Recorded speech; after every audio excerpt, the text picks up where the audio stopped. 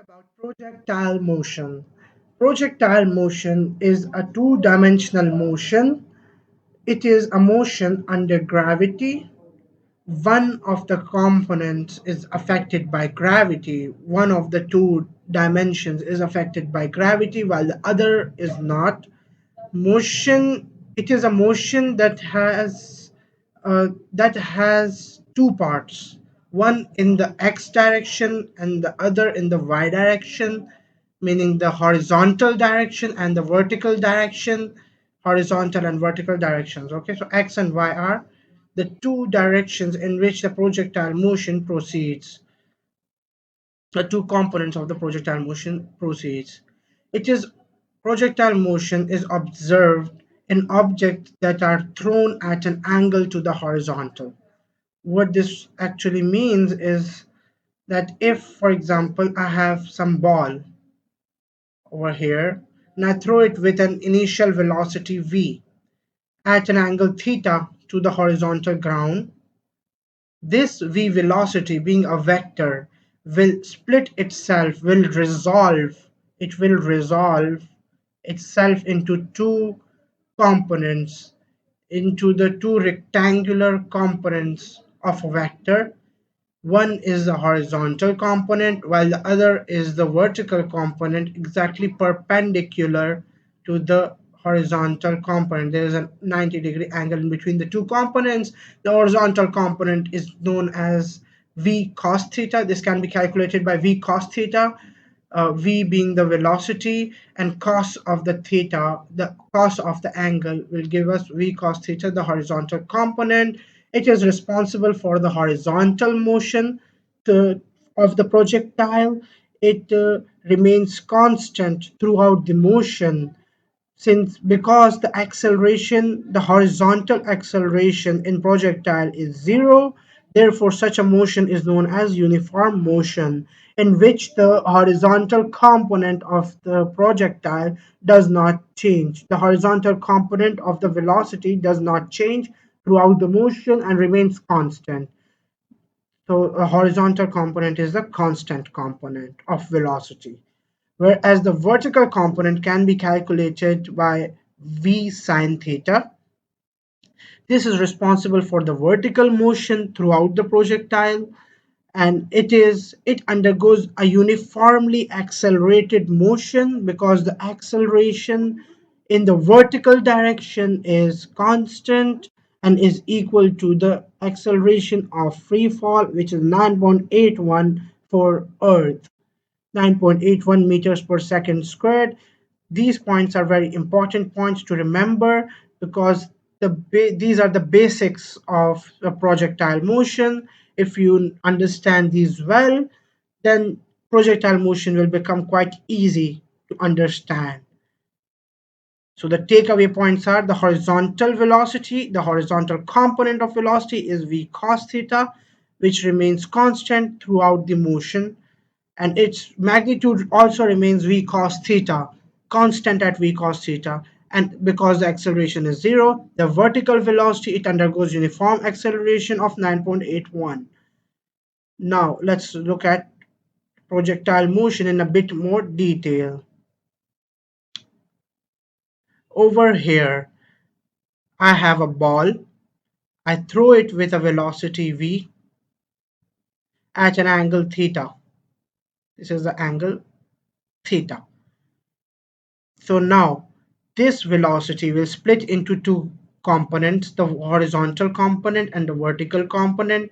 The horizontal component is right adjacent to the angle theta, v cos theta, while the vertical component is right opposite to the angle theta, v sin theta. The horizontal component, now the horizontal component will remain constant throughout the motion. So v cos theta, v cos theta, v cos theta, at every point the horizontal component will have the same value of v cos theta. The magnitude does not change. Whereas the vertical component, on the other hand, will undergo uniformly accelerated motion, and its acceleration will vary in is similar to the acceleration of this motion, or to the acceleration of this ball that is thrown vertically upwards with an initial velocity of v sine theta, which is actually the vertical component of the projectile. It is thrown with a velocity of v sine theta. Now, going upwards, this ball, the velocity will start decreasing because acceleration is directed downwards, and that acceleration is basically negative. So for the upward motion, the acceleration is negative and the velocity of the vertical component decreases, and at the maximum height reaches becomes equal to zero. So this vertical component initially was maximum, and as the motion proceeds, its value starts decreasing as shown by the height of the arrows. The height of the arrow is decreasing and decreasing, and finally over here, the vertical velocity becomes zero and only the horizontal component of the velocity exists. So this means that at the maximum height, the resultant velocity is actually equal to the horizontal component of the initial velocity. The resultant velocity is equal to the horizontal component of the initial velocity with which it was thrown.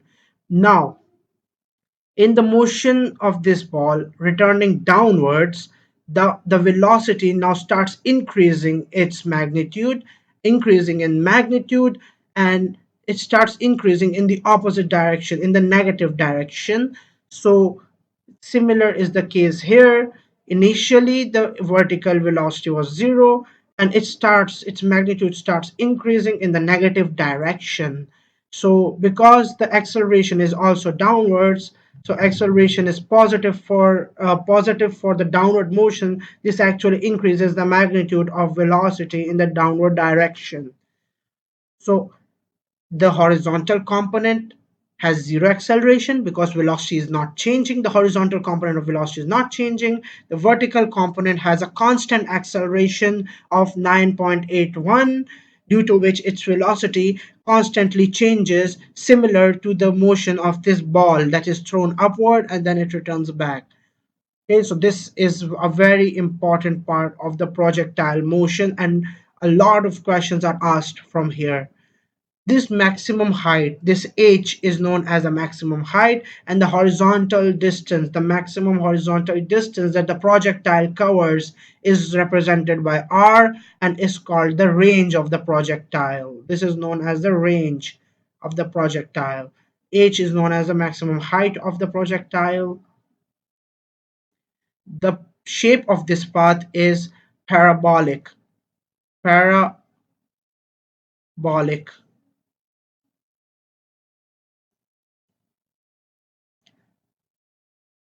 Okay, now let's look at the equations that are applicable on the two types of motions, on the two parts of the motions of the projectile, the horizontal part and the vertical part. The horizontal part remains constant, so it's uniform motion, and the only equation of motion that is applicable is S is equal to Vt, where S represents the displacement, V represents the velocity, the horizontal component of velocity actually.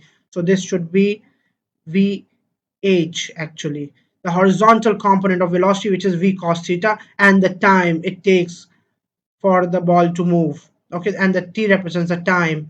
It is applicable because acceleration is zero and it's undergoing uniform motion. Whereas on the vertical component, all equations of motions are applicable because acceleration is constant, equal to 9.81, and hence it's uniformly accelerated motion, and all the equations of motions are applicable on uniformly accelerated motion. S equals to ut plus half at squared, v squared equals u squared plus 2as, s is equals to u plus v upon 2 whole thing multiplied by t, and v is equals to u plus at. We've covered all this in the previous videos. So this is all about the basics of projectile.